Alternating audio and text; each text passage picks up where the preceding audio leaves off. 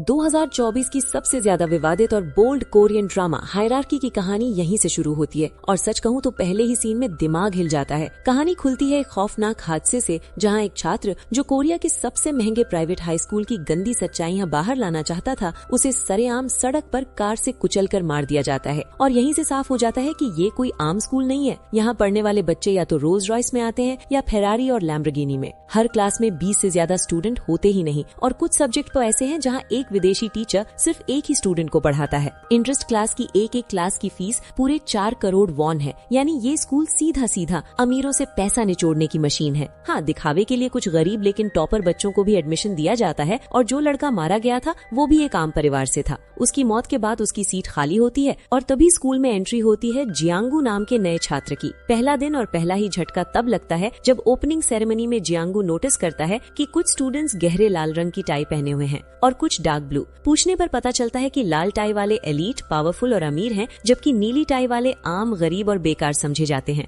लाल tie वालों में एक नाम सबसे ऊपर है, किम लियान, क्योंकि इसी के परदादा ने इस स्कूल की नींव रखी थी और जो छात्र मारा गया था वो भी किम लियान से पंगा लेने की वजह से मारा गया था। नीली टाई वाले उसे देखते ही अपनी सीट छोड़ देते हैं। सीनियर चेतावनी देते हैं कि यहाँ अमीरों से नजर मिलाना भी गुनाह है, लेकिन जियांगू सीधा जाकर किम लियान के सामने खड़ा होता है और अपना इंट्रोडक्शन देता है। जवाब में उसे पूरी तरह इग्नोर किया जाता है, बल्कि किम लियान के गुर्गे और लड़कियां उसका मजाक उड़ाने लगती हैं। तभी एंट्री होती है एक रहस्यमयी लड़की यून हेरा की, जो जियांगू की इस बेहुदा हिम्मत में दिलचस्पी लेती है और उसे अगले दिन की स्पेशल पार्टी में बुलाती है। जियांगू मुस्कुराता है क्योंकि उसे पता है यही उसका मौका है। दूसरी तरफ एक अलग दुनिया दिखाई जाती है, जहाँ जियांगू फुर्सत में एक अमीर परिवार के घर पियानो बजा रहा होता है और उसकी नजर पड़ती है एक लड़की की पीठ पर जिसका नाम है चाइयी। उसकी मौजूदगी ही अलग लेवल की है। वो इलेक्ट्रॉनिक सिगरेट पी रही होती है, तभी उसका पिता उसे टोक देता है, कपड़ों को भड़काऊ कहता है और मेहमानों के सामने अपनी माँ जैसी शालीन बनने का आदेश देता है। माँ की इज्जत उसके पिता की नजरों में कुछ भी नहीं होती। गुस्सा अंदर दबाकर चाइयी कपड़े बदलने जाती है और जाते जाते पिता बेरहमी से उसके होठों की लिपस्टिक पोंछ देता है। चाइयी कुछ नहीं कहती, लेकिन अंदर कुछ टूट जाता है।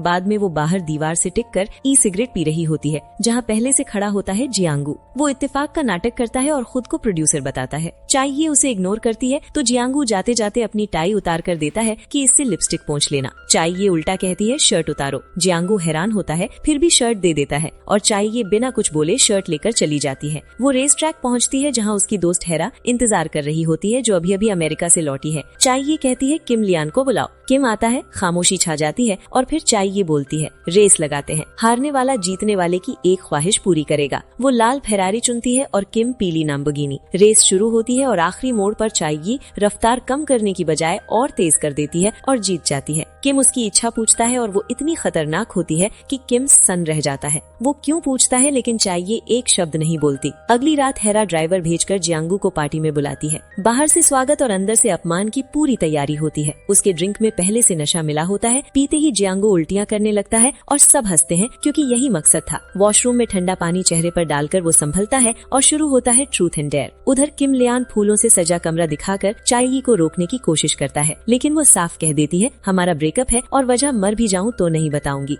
गेम में आरो जियांगू पर रुकता है। सवाल आता है यहाँ कोई है जिसके साथ तुम करना चाहते हो? वो चुप रहता है तो सजा मिलती है कि किसी लड़की को 3 मिनट किस करो। वो उठता है, एक लड़की को देखता है, सब खूबसूरत है लेकिन कोई भी उसकी पसंद नहीं होती। वो अचानक बाहर निकलता है और सब उसके पीछे। तभी कहानी वापस उसी एक्सीडेंट पर जाती है और सच्चाई सामने आती है कि मरा हुआ छात्र जियांगू का अपना भाई था। वो यहाँ पढ़ने नहीं बदला लेने आया है। वो किम लियान के सामने जाता है, लेकिन आखिरी पल में दिशा बदल देता है और सीधा चाइयी के पास जाकर रुक जाता है। चाइयी मुस्कुराती है और उसके कंधे पर हाथ रखती है। पूरी पार्टी सन्न रह जाती है और यही है उसका बदला।